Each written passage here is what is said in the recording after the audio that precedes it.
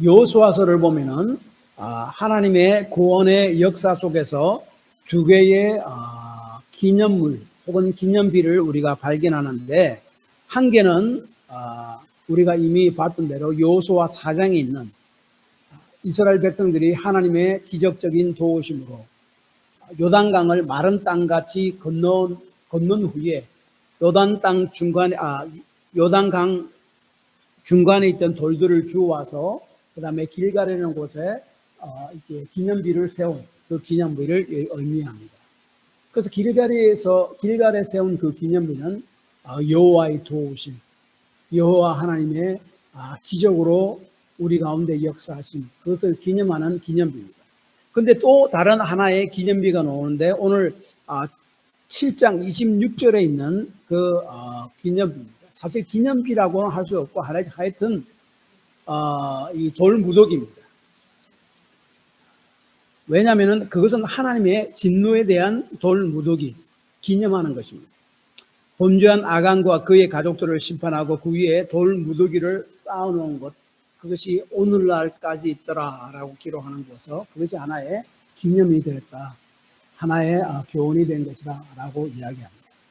도대체 무슨 일이 있었는데 이스라엘이 이 아주 작은 아이성도 정복하지 못하고, 그리고 이스라엘 백성 중에 아간이라는 사람과 그 가족과 모든 소유물을 불태워서 죽이는, 그리고 돌무더기를 쌓아놓는 그런 일들이 일어났을까? 이 사건을 통해서 하나님께서는 오늘날 우리에게 도대체 무엇을 말씀하시려고 할까? 그 아간의 죄가 어떤 죄인데 그런 엄청난 하나님의 심판을 받았는가? 이 모든 것들을 본문을 통해서 우리가 한번 살펴보려고 합니다. 오늘 본문은 한참 무르익어가는 분위기에 찬물을 확 끼어얹는 말로 시작합니다. 지금 6장까지에서는 이스라엘 백성이 하나님의 역사하심으로 요단강을 마른 땅같이 건너고, 그 다음에 그 난공불락이었던 여리고성을 하나님의 능력으로 무너뜨리는 그런 역사가 일어나잖아요. 그러니까 얼마나 마음이 막 기뻤고, 그 마음이 얼마나 들떴겠습니까? 야, 하나님이 역사하시구나, 우리 가운데 함께 계시구나. 그래, 마음이 막 정말로 들떠 있었을 것입니다. 정말 기쁨으로 넘쳤을 것입니다. 그런데 7장 딱 들어와서 1절에 이렇게 이야기합니다. 이스라엘 자손들이 온전히 바친 물건으로 말미암아 범죄하였으니 이는 유다 지파 세라의 증손 삽디의 손자 갈미의 아들 아간이 온전히 바친 물건을 가졌습니다. 여호와께서 이스라엘 자손들에게 진노하십니다. 하나님의 역사하심을 경험하고 이제 이스라엘 백성은 마음에는 자신감으로 가득했을 것입니다. 하나님의 은혜로 막 충만했을 것입니다. 하나님이 우리 편인데 아무도 이제 자신들을 막을 수 없다는 생각으로 가득 찼을 것입니다. 그래서 이 기세를 몰아서 여리고성과 멀지 않는 위치에 위치하고 있는 그 아이성, 그 아이성은 조그만 성이고, 그래서 그 아이성도 치려고 이 기세를 몰아서 그렇게 생각했습니다. 그래서 여호수아는 정탐꾼을 보냈습니다. 그 정탐꾼이 그 아이성을 정탐하고 와서 하는 말이, 이 아이성에는 적은 수의 사람들이 있고 우리가 이렇게 많은 군대를 보낼 필요가 없습니다. 한 2-3천 명 군사들만 보내도 충분히 아이성을 점령할 수 있겠습니다 라고 보고했다고 3절에 말씀합니다. 사실 이스라엘 백성이 가나안 땅에 들어가기 전 전쟁을 할 수 있는 남자 20세 이상을 세워본 사건이 민수기 26장 51절에 나오는데, 그 총 전쟁을 할 수 있는 남자의 숫자가 60만 1730명이었습니다. 많았습니다. 그리고 이스라엘 백성이 바로 직전에, 며칠 전에 요단강을 건널 때 루벤, 갓, 므낫세 반지파의 용사들이 앞서갔는데 이들만 해도 4만 명이었다고 4장 13절에 이야기합니다. 그런데 지금 이스라엘 백성들은 요단강 건넌 사건과 그 난공불락의 여리고성을 하나님의 능력으로 무너뜨린 그런 사건을 보고 자신감에 넘쳤습니다. 그리고 그 아이성 사람들을 보니까 많지가 않았어요. 다 갈 필요가 없었다는 겁니다. 그래서 이제 여호수아는 3천 명의 군사만을 보내서 아이성을 치라고 했습니다. 그런데 이 이스라엘 3천 명의 군사들이 아이성을 치기는커녕 오히려 아이성 군사들에게 쫓겨서 도망가다가 36명 정도가 죽었고, 그래서 그 아이성을 치는데 실패하고 말았습니다. 이로 인해서 5절을 보니까 백성의 마음이 녹아 물과 같이 된지라 라고 이야기합니다. 생각해보세요. 이전에는요, 가나안 땅 백성들이, 이스라엘이 이 가나안 땅에 진군해온다는 소식을 듣고 그들의 간담이 녹았다라고 라합 이야기했고, 또 라합 이야기를 들은 정탐꾼이 여호수아와 이스라엘 백성에게 이야기했습니다.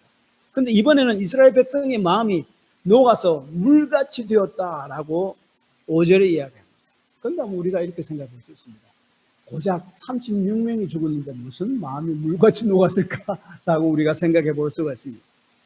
그런데요, 그렇지 않습니다. 생각해 보십시오. 여호수아와 이스라엘 백성은 아마 무슨 일 때문인지는 몰라도 조그만 아이성을 치는데 실패한 그 사건을 통해서 하나님께서 자신들과 함께 하지 않았다는 것을 직감했을 겁니다. 이상하다. 하나님께서 우리와 함께 하지 않네요. 도대체 무슨 일이지? 그러면 계속적으로 우리와 함께 하는 것이, 하지 않는 것이 아닌가? 그런 불안감이 들었을 것입니다. 그리고 그 조그만 아이성을 치는데도 실패했다는 것은 그 소식이 가나안 땅 모든 백성들에게 쫙 소문이 퍼진다고 생각해 보십시오. 그런데 가나안 땅 사람들은요, 이스라엘 백성들보다 몸집이 더 좋습니다. 그리고 아주 잘 훈련된 군사들이 많았어요. 그리고 그들에게는 좋은 무기들도 많았습니다. 그들과 그냥 1대1로 대결하면은, 그냥 군사적으로만 대결하면 도저히 이길 수 없고 이스라엘 백성이 필패할 수밖에 없는 그런 약한 이스라엘의 군사력이었습니다. 근데 그 조그만 아이성도 치지 못하고 그들에게 대패했다 소식이 들으면은 그 가나안 땅 사람들이 생각하기를, 하나님, 여호와 하나님이 함께 하신다 하는 것 같은데 그것도 아니네. 우리도 이스라엘 백성을 칠 수 있겠다 해서 이 사람들이 탁 치면 어떻게 합니까? 하나님이 없는 이스라엘 백성은요, 아무것도 아니에요. 그 자리에서 망하고만. 그래서 마음이 물같이 녹아내렸다라고 5절에 이야기합니다. 생각해 보십시오. 오늘 여호수아서 2장에 보면요, 이방 여인인 라합의 신앙 고백을 통해서 이스라엘 백성은 마음에 용기를 얻고 힘을 얻었습니다. 그런데 이제 이방 백성이 아닌 이스라엘 백성이 아간이라는 사람의 범죄로 인해서 마음이 녹아내렸습니다. 완전한 대조를 보여주고 있습니다. 나로 인해서 나와 함께 주님의 길을 걸어가는 사람이 믿음과 힘과 용기를 얻는가, 아니면 믿음과 힘과 용기를 잃어버리는가, 그것도 우리가 한번 이 말씀을 통해서 우리가 한번 생각해 볼 일입니다. 근데 이 조그만 아이성을 치러 갔는데 거기에 완전히 패배하고 도망쳐온 그 사건들은요, 너무나 예상 밖이었고 여호수아조차도 이해할 수가 없었습니다. 그래서 여호수아와 장로들은 여호와 하나님의 인재의 상징인 여호와의 교회, 법궤죠, 그 앞에서 애도의 상징인 옷을 찢고 티끌을 뒤집어 쓰고 해가 저물도록 기도했다라고 이야기합니다. 그래서 7절에 이렇게 기도합니다.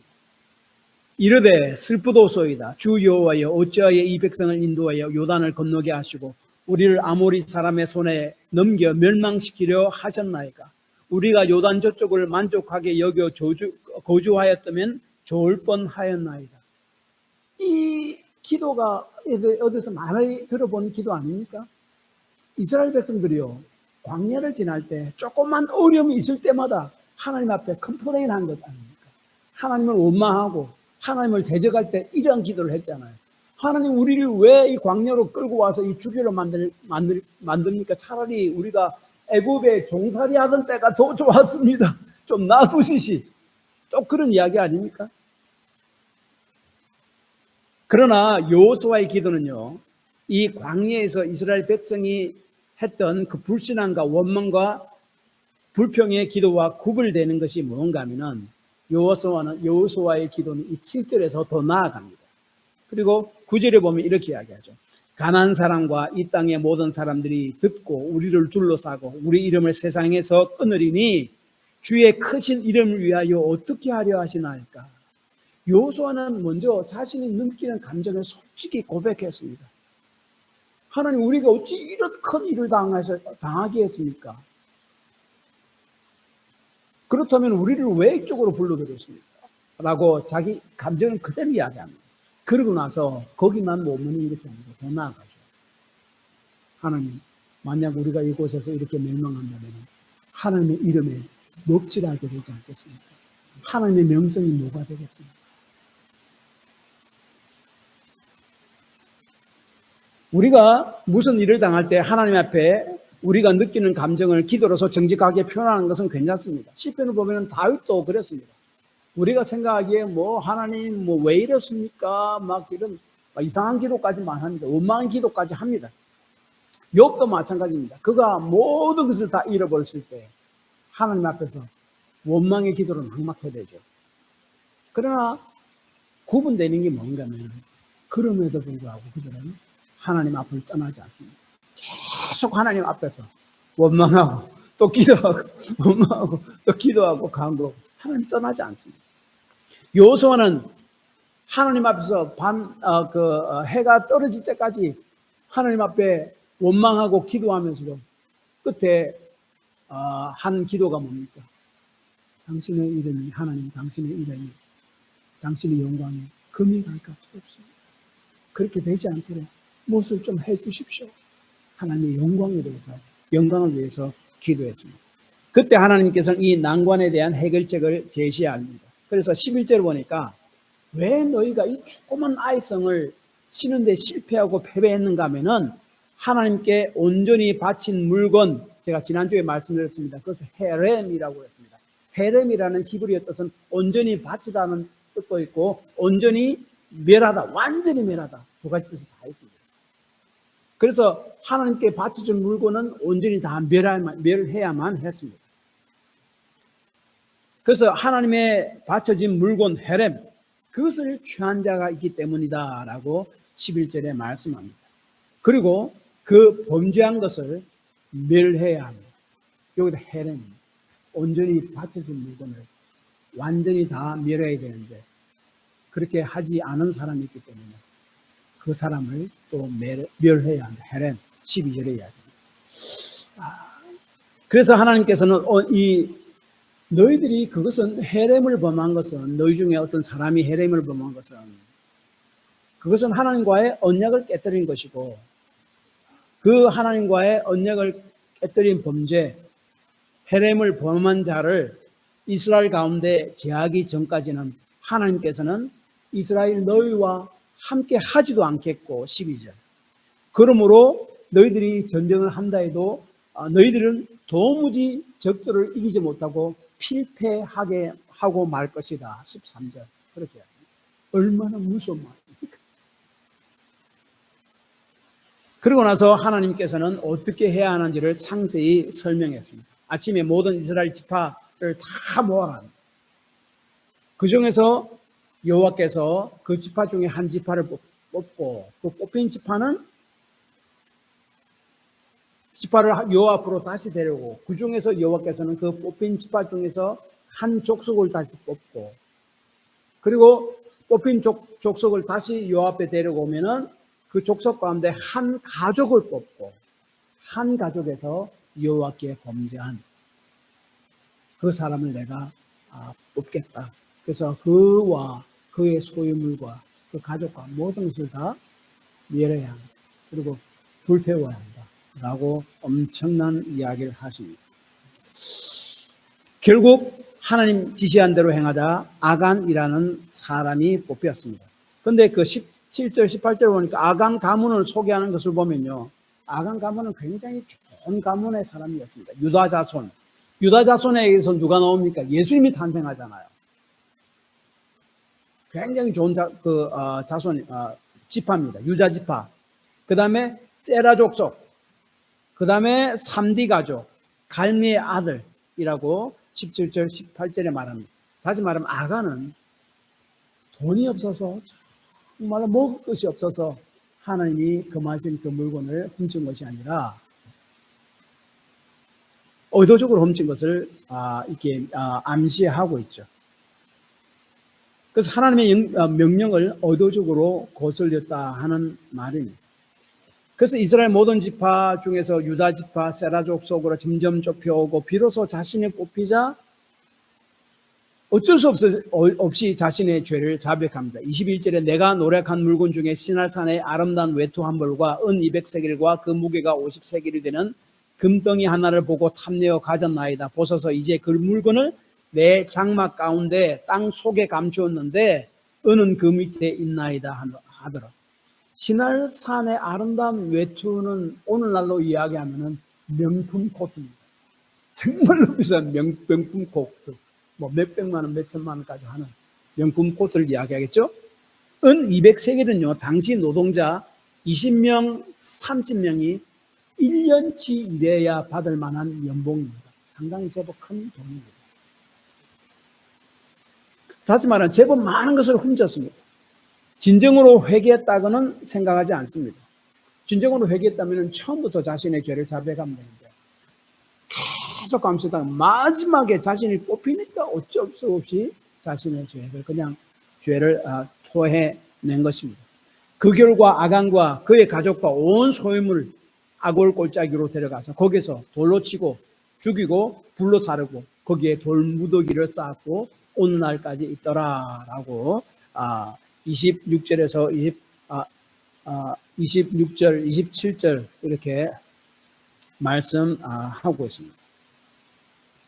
그런데 여기서 우리가 한 가지 생각할 게 있습니다.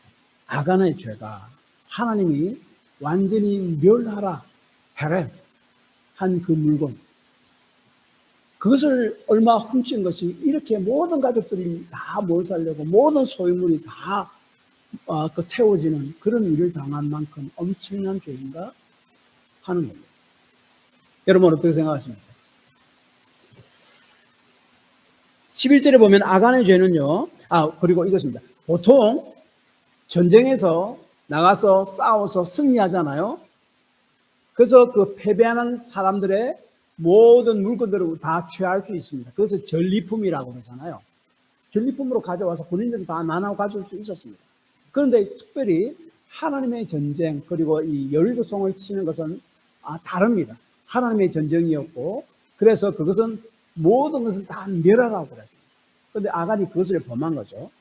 그래서 11절에 보면 아간의 죄는 하나님의 언약을 어긴 것이고 그 다음에 하나님께 온전히 바쳐진 물건 헤렘 도둑질하고 속이고 자기 소유로 삼았다라고 이야기합니다. 15절을 봐도 똑같은 말을 합니다. 하나님의 언약을 어긴 것이고 그 다음에 이스라엘 가운데 망령된 일을 행하기 때문이다 라고 이야기합니다. 여기서 이 망령된 일이란 히브리어로 네발라라는 단어입니다. 이 단어는 구약에서 13번 나오는데 8번이 성적 죄와 관계된 죄로 사용했습니다. 예를 들어 창세기 34장 7절을 보면은 세일이라는 그 부족의 그 추장 세겜이 야곱의 딸 디나를 강간했습니다. 그래서 그것을 보고 부끄러운 일이라고 이야기하는데 그 부끄러운 일이 바로 네발라입니다. 성경은 남편과 아내의 관계를 하나님과 성도들의 관계로 종종 비유합니다. 부부 관계도 결혼 관계도 언약 관계다라고 이야기합니다. 그런데 그 부부 중에서 한 명이 간음을 하면은 그 언약 관계가 깨어진다고 이야기합니다. 그래서 성경은 원칙적으로 이혼은 허락하지 않지만은 예외가 주어진데 그것이 바로 부부 중 한 명이 간음했을 때 그때는 언약 관계가 깨어지기 때문에 이혼을 허락한다고 예수님께서 이야기합니다. 언약. 그리고 그래서 성경은요, 성도가 하나님을 떠나 다른 신을 섬기는 것을 영적 간음이라고 해요. 영적 간음. 언적 관계에 금이 가는 거죠. 그러면 그 네발라라는 단어는 심각한 잘못과 제멋대로운 행동을 이야기하는데 이로 인해서 가족관이나 결혼이나 하나님과의 현재의 관계를 깨뜨리는 행위. 그것은 나발라라는데 15절에 망령된 일이라고 이야기합니다. 그래서 아간의 행동은 하나님과의 언약을 깨뜨리는 망령된 행동이다. 마치 부부 중 한 명이 음행을 행한 것 같은, 간음을 행한 것 같은 그러한 것이다. 그런 행동이었다라고 이야기합니다. 그리고 또 1절에 보면요. 이스라엘 자손이 온전히 바친 물건으로 말미암아 범죄하였으니 라고 이야기하는 건요. 이 범죄했다라는 그 히브리어의 그 뜻은요. 불성실하게 행동했다는 거예요. 불성실하게. 이 단어도 하나의 그 성적 범죄로 쓰입니다.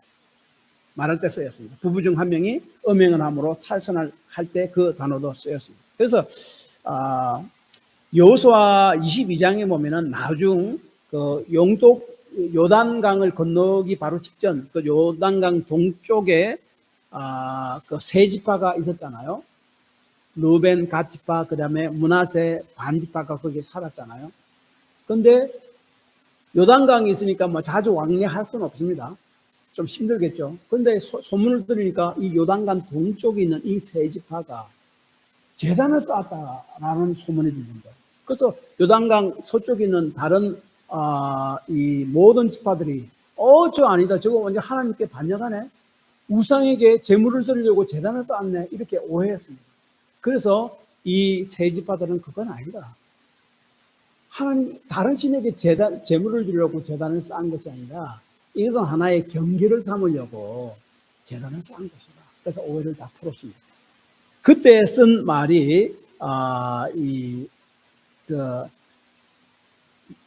1절에서 이야기하는 범죄했다는 말이에요. 마알이라는 히브리어입니다. 그러니까 부부간의 간음, 그 다음에 하나님께 신실하지 못하고 우상을 숨기는 것과도 같은 행동했을 때 이 범죄, 마알이라는 단어를 씁니다. 그래서 이 아간이 범한 죄는 그냥 물건을 훔치는 그런 죄가 아닙니다. 그보다 상당히 심각한 죄입니다. 그리고 아간의 죄는 특별하게 하나님과의 언약을 깨뜨린 것이라고 11절, 15절에 이야기합니다. 하나님의 언약을 깨뜨린다는 것은 하나님이 이것을 하지 말라고 금한 것을 스스럼없이 자기가 깨뜨리는 거죠. 여러분, 아담도 하나님과의 언약을 깨뜨린 사건이 있다는 것을 압니까? 에덴 동산에서 하나님이 먹지 말라고 그만 선악을 알게 하는 실과 나무를 먹었잖아요. 그러므로 하나님과의 언약 관계를 깨뜨렸다라고 이야기합니다. 그것이 바로 호세아서 6장 7절입니다. 그들은 아담처럼 언약을 어기고 깨뜨렸다는 말이에요. 거기에서 나를 반역하였느니라. 하나님이 먹지 말라는 선악을 알게 하는 나무 열매를 그 명령을 어기고 따먹었습니다. 왜 따먹었겠습니까? 자신도 하나님과 같이 되고 싶다는 거죠. 선악을 기준을 정하는 것은 하나님이 아닌 내 자신도 선악의 기준을 정하고 싶다는 거예요. 그래서 그것을 따먹고 내가 선과 악에 대한 기준을 정해서 내 마음대로 살아가겠다. 하나님을 대적한 거죠. 이로 인해서 온 인류에 죄악이 들었고 죄의 영향력이 미쳤습니다. 그런데 오늘 본문 말씀도 마찬가지입니다. 여호수아 18장 19절에 보면 분명히 여리고 성을 점령하거든 거기에 속한 모든 것을 다 죽이고 불사르라고 명령하셨습니다. 여리고 성이 멸망된 것은 이스라엘 백성이 무슨 군사 전략을 짜서 그들이 군사력을 이긴 것이 아니었습니다. 온전히 하나님께서 하신 것이었습니다. 그래서 전쟁에서 이기면 그 전리품을 이긴 군사들이 가지는 거잖아요. 그럼 마찬가지로 온전히 하나님께서 그 여리고 성을 멸하셨기 때문에 그 전리품을 하나님 것입니다. 그래서 그 모든 것을 다 불태우라 합니다. 그런데 왜 불태우라 합니까? 거룩한 전쟁은요, 가나안 땅에 죄악이 꽉 차서 그 죄에 대한 하나님의 심판을 이스라엘 백성이 하나님을 대신해서 실행하는 엄숙하고 거룩한 일이요, 하나님의 심판이었기 때문에 그렇습니다. 이 심판은요, 하나님의 거룩한 전쟁에서 심판, 그리고 모든 것을 다 구별해서 멸절시키는 헤렘, 그것은요 마지막 때 예수님께서 재림하실 때 우리가 하나님 앞에 서서 다 심판을 받잖아요. 그 마지막 심판과 똑같은 것입니다. 그것을 미리 우리에게 보여주는 사건입니다. 그래서 하나님이 이제 거룩한 전쟁을 통해서 이제 거룩한 심판을 행하십니다. 그 여리고성 가운데. 근데 심판만 행하시는 거 아니에요. 하나님께서 심판을 행하실 때 항상 구원도 같이 행하십니다. 누가 구원받았습니까? 라합이죠. 나중 9장에 보면 가나안 땅에 사는 그 여부수 사람, 이 사람도 구원받습니다. 하나님이 심판하실 때 믿음으로 하나님께 나오는 자 구원받습니다. 그래서 라합은 나중에 예수님의 조상까지 되잖아요. 그렇지만은 그렇지 않는 자들은 하나님의 심판하는데 완전한 심판. 그래서 모든 것을 다 멸절시키는 것, 헤렘을 행하라 라고 이야기했습니다. 그런데 이 아간은 이 거룩한 하나님의 심판을 아주 가볍게 생각해 버렸습니다. 개인의 이익을 취하는 수단으로 사용해 버렸습니다. 마지막 날 하나님께서 우리 사람들 다 모아놓고 심판했을 때 너는 지옥으로 가야 된다 라고 이야기할 때 우리가 누가 옆에 서서 하나님 그 사람은 그래도 괜찮은데요 왜 보냅니까? 라고 이의를 제기한다면 그게 바른 것입니까? 아간이 한 일이 또 그와 같습니다. 하나님 하셨지만 나도 어느 정도 소리도 외치고 성 주변도 돌고 뭐 일을 했지 않습니까? 그럼 나도 그 전리품을 내가 취할 자격이 있지 않습니까? 왜 다 멸해야만 합니까? 나는 그중 일부를 취하겠습니다. 하나님의 마지막 심판을 상징하는 하나님의 온전한 심판을 상징하는 것에서 반기를 드립니다. 다시 말하면 아간의 죄는 하나님의 심판과 구원하심에 대해 온전히 받아들이지 못하겠다 하는 하나님의 그 통치 심판 행위를 부정하는 행위였습니다. 사무엘상 15장에 보면은 사울 왕이 아간과 똑같은 일을 행한 거 아십니까? 그 아말렉과 전쟁을 하나님께서 승리하게 해줍니다. 그렇지만 아말렉에 속한 모든 것을 다 멸절해라 헤렘, 그들의 죄악으로 인해서 하나님이 돌았습니다. 그런데 사울 왕은요 그 중에 좋은 것을 다 가지고 오죠. 그때 사무엘 선지자가 사무엘상 15장 22절 23절 이렇게 이야기합니다. 사무엘이 이르되 여호와께서 번제와 다른 제사를 그의 목소리를 청종하는 것을 좋아하심 같이 좋아하시겠나이까? 순종이 제사보다 낫고 듣는 것이 순양의 기름보다 나으니 이를 고역하는 것은 점치는 죄와 같고 완고한 것은 사신 우상에게 절하는 죄와 같으니라. 하나님의 헤렘 모든 것을 멸해라 하는 명령을 버리는 것은 점치고 우상에게 절하는 것과 같다라고 이야기합니다. 그래서 이 아간은 하나님의 그런 큰 심판을 받았습니다. 그런데 한 가지 더 문제가 있습니다. 여러분 성경 읽을 때 뭐가 의문 드는 적 없습니까? 아간의 죄 지는데 왜 가족들은 다 뭡니까? 그리고 아간의 죄 지는 성경은 이스라엘의 죄를 보면서 아이성을 이기지 못하고 거기에 패배했다라고 이야기합니다. 왜 개인의 죄를 공동체, 이스라엘 공동체 전체에 다 확대시킵니다. 그래서 1절에 보니까 하나님께서는 아간의 개인의 범죄를 1절에 이스라엘 자손들이 바친 물건을 인하여 범죄했으니 라고 이야기합니다. 그리고 11절에도 이스라엘이 범죄했다고 공동체로 봅니다. 아간의 범죄는 이스라엘 공동체에 영향을 미쳤는데 그 결과로 아이성을 치는데 실패했고 하나님께서는 아간에게만 함께 하지 않으신 것이 아니라 온 이스라엘 가운데 함께 안 하셨고 그 결과로 그 전쟁에서 졌다라고요.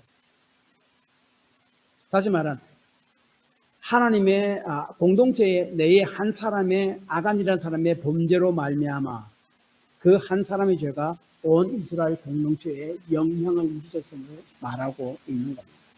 구약 성경을 보면요, 개인의 죄가 공동체에 미칠 때에 그 공동체 전체를 심판하는 경우가 있습니다. 그렇지만은 또 개인의 죄는 더 이상 확대하지 않습니다. 개인의 죄만을 묻습니다. 예를 들어서 신명기 13장 13절에서 17절까지 보면요, 한 마을에 한 사람이 하나님의 우상 섬기자고 사람들을 막 유혹하고 막 선동한 거예요. 그럴 때 그냥 놔두면은 그런 악들이 온 마을에 다 퍼지기 때문에 하나님께서 그 온 마을을 다 벌하십니다. 공동, 한 사람에서 온 사람의 공동을 벌하는 겁니다. 그런데 또 에스겔서 18장 2절에 보면 이런 말씀이 있습니다. 아버지가 신포도를 먹었으므로 그의 아들의 이가 시다고 하면 어찌 되느냐. 아버지가 신포도 먹었다고 그 아이가 이가 시린 것 아니라는 것. 아버지의 죄가 아이까지 이렇게 전가되지 않는다는 거예요. 아버지는 아버지 죄 때문에 하나님의 벌을 받고 아이 죄는 아이들이 또 분리해서 생각한다라고 이야기합니다. 그래서 성경은 공동체적인 죄가 있고 공동체에 영향 미치는 죄가 있고 개인에게만 해당되는 죄가 있다라고 이야기합니다. 그래서 아간이 지은 죄는 이스라엘 공동체까지 하나님께서 행하시는 공동체까지 영향을 미치고 하나님께서 행하시는 구원과 심판의 거룩한 일을 아주 가볍게 생각하도록 조장하는 심각한 죄임을 말씀합니다. 자, 아간의 처벌 오늘날 우리에게 적용할 수 있습니까? 하나님께서 뭐 좀 훔쳤다고 돌로 쳐서 불에 태우는 그런 것, 그리고 그 온 가족까지 다 심판하는 그런 것들 오늘날 우리에게 적용할 수 있습니까? 아닙니다. 오늘날 우리 사회는요, 구약 성경이 쓰여졌던 이스라엘과 다릅니다. 구약 성경 안에 있는 이스라엘 백성은요, 하나님께서 직접 다스리는 그런 나라였고, 그 당시는 하나님이 다스리시는 신정 정치가 실현된 때였습니다. 그래서 그것을 오늘날 우리가 바로 이렇게 적용할 수는 없습니다. 그래서 오늘날은 신정 정치 시대에 우리는 살고 있지 않습니다. 그렇잖아요? 그러나 예수 그리스도의 피값을 주고 세워진 교회 공동체에 영향을 주는 죄악이 있고, 그래서 교회 공동체가 그 죄의 영향을 받을 수가 있고, 그 다음에 개인적으로만 짓는 범죄가 있을 수 있음을 또 신약 성경을 이야기합니다. 그래서 공동체에 영향을 미치는 죄를 범한 사람을 향해서 예수님께서는 이렇게 이야기합니다. 그러한 죄를 범한 형제를 공고해서 돌이키게 하라라고 말씀하고 있고, 특별히 그 사도 바울은 형제들아, 갈라디아서 6장 1절, 사람이 만일 무슨 범죄한 일이 드러나거든 신령한 너희는 온유한 심정으로 그러한 자를 바로 잡고 너 자신을 살펴와 너도 시험을 받을까 두려워하라. 오늘날 무조건 잡아가지고 돌로 치고 불태우고 그것이 아닙니다. 드러나거든 그들을 불러서 온유한 마음으로 바로 잡고 그 사람 아프고 너는 그 사람보다 괜찮은 사람이라고 절대로 생각하지 말라. 그 사람의 죄를 지적한 너도 그런 죄를 범할 수 있는 연약한 자, 도로운 자임을 기억해서 온유한 마음으로 그 자를 죄를 기억하고 그래서 돌이키도록 그렇게 말을 하고 행동해라 라고 말씀합니다. 그런데 마태복음 18장 15절에서 20절에 보면요, 18장에 보면은 15절 이하에 보면은 두 가지 죄에 대해서 이야기합니다. 한 개 죄는 마태복음 18장 15절에서 20절에는 교회 전체에 영향을 미치는 죄 지은 사람에 대해서 말씀하고 있고, 그 다음에 21절에서 35절까지는 개인에게 지은 죄, 그것을 어떻게 처리할 것인가에 대해서 이야기합니다. 먼저 예수님께서는 개인적으로 범한 죄는요, 베드로가 물어봤잖아요. 주님, 개인적으로 나에게 범한 형제가 죄를 범하거나 어떻게 해야 됩니까? 용서해야 됩니까? 한 두세 번, 한 7번 용서하면 됩니까? 라고 이야기했을 때 예수님께서 이렇게 말씀하셨죠. 7번뿐만 아니라 7번을 70번까지 7 곱하기 70번까지 용서해라. 그 말이 무한적으로 용서해라 라고 이야기했고, 그 다음에 한 비유를 들어서 우리는 하나님 앞에 엄청난 죄의 용서함 받은 자인데 형제가 너에게 지은 죄는 그게 비하면 아무것도 아니다. 그러면 그것을 용서해주는 삶을 살아야 된다라고 이야기합니다. 우리 개인적 죄는 이렇게 용서하라, 무한적으로 용서하라라고 이야기합니다. 그런데 18장 15절에서 20절까지는요, 교회 전체에 영향을 미치는 죄 지은 사람을 어떻게 다룰 것인가에 대해서 이야기합니다. 그런 죄를 지은 사람을 교회 안에서 발견하거나 먼저 한 사람이 가서 그에게 단순히 이 죄는 좀 합당한 것이 아닙니다. 돌이켜야 됩니다. 회개해야 됩니다. 라고 돌이키기 위해서, 진정으로 그 죄를 지적하기 위해서 내가 너보다 좀 더 괜찮은 사람이다 라는 것을 나타내는 것이 아니라 나도 같은 연약한 사람이고 그런 당신과 같은 똑같은 죄를 지을 수 있지만 그러나 당신은 나의 형제로서 죄에서 돌아오기를 원합니다. 그런 마음으로 그에게 먼저 가서 죄에 대해서 이야기해라. 그런데도 마음이 완악해서 돌이키지 않으면 증인 2-3명을 데리고 가서 증인을 삼아서 그 사람들과 함께 이야기하도록 해요. 그래도 끝까지 돌이키지 않으면 교회에서 출교를 해라. 목적은 교회에 나오지 못하게 합니다. 나가십시오. 목적은 하나님과 끊어졌다는 것을 상징적으로 보여주고 결국 교회 밖에서 회개하고 회개했다면 다시 받아주려는 그것이 목적입니다. 그 형제를 돌이키는 데 그 목적이 있습니다. 이렇게 신약에도 공동체의 죄와 개인의 죄에 대해서 이야기합니다. 공동체 죄는 이렇게 우리가 처리해야 된다라고 이야기합니다.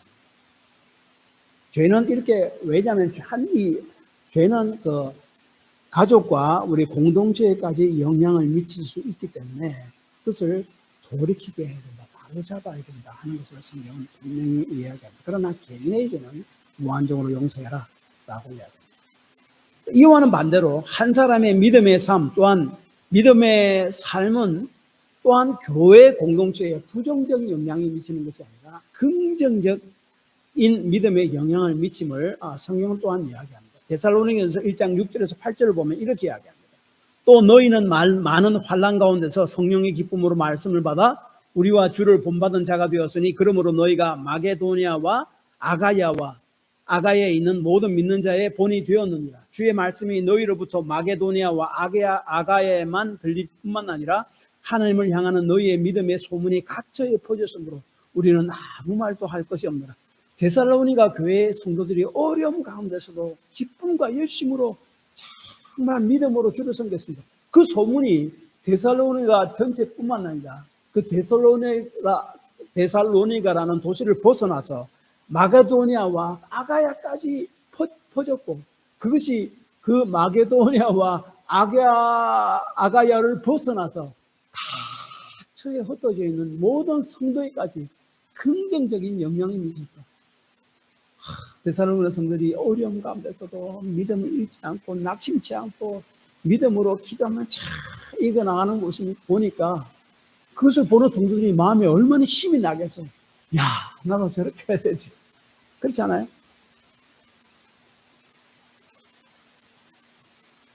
한 사람의 믿음의 삶 또한 교회 공동체에 긍정적인 믿음의 영향을 미친다는 거예요. 몇 년 전에 돌아가신 심정책 할아버지께서 우리 교회에 나온 지는 오래됐지만 79세 때 예수님을 개인의 구주로 고백하고 그리고 세례를 받으셨습니다. 79세 때 세례를 받았어요. 이곳에서.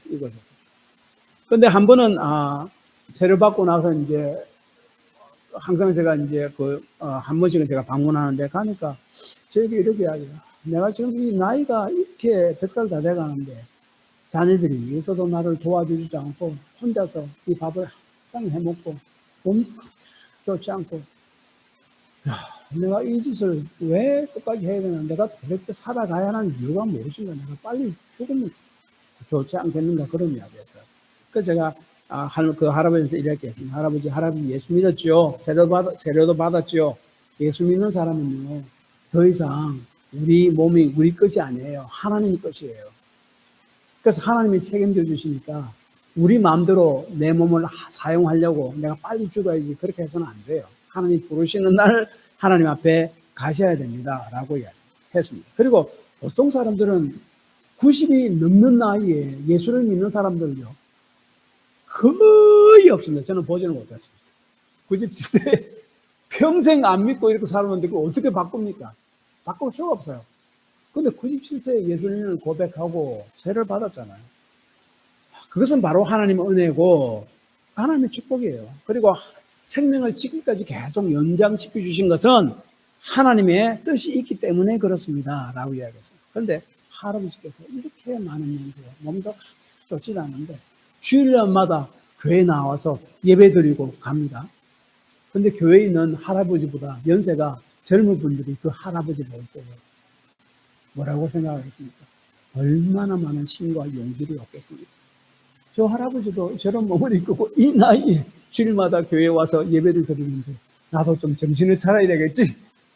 그래서 그 믿음을 좀 일깨워주고 그 사람들을 encourage하고 믿음을 북돋아주는 역할을 하지 않겠습니까? 라고 이야기했어요. 그렇지 않아요? 그러므로 할아버지께서는 아무 일도 하지 않는 것이 아니라 젊고 몸이 튼튼한 다른 사람들을 믿음으로 살자고 격려하고 있는 거예요. 주일날 교회 와서 예배 드리는 그것만으로도 그 하는 일을 하고 있는 것입니다. 라고 말씀드렸습니다. 이를 통해서 다른 성도들이 격려와 믿음의 용기와 담력과 힘을 얻게 되기 때문에 결론적으로 이것입니다. 그러므로 아간의 한 사람의 범죄가 이스라엘 공동체 전체에 영향을 미친 사건은 나의 회개치 않는 범죄는 나뿐만 아니라 나의 가족 공동체와 교회 공동체에 부정적인 영향을 미칠 수 있다는 말씀입니다. 동시에 나의 믿음의 삶이 나의 가족 공동체와 교회 공동체에 긍정적인 영향을 끼칠 수 있다는 사실을 이 아간의 사건을 통해서 우리 주님께서 우리에게 말씀하고 계신다는 것을 기억하십니다. 기도합시다.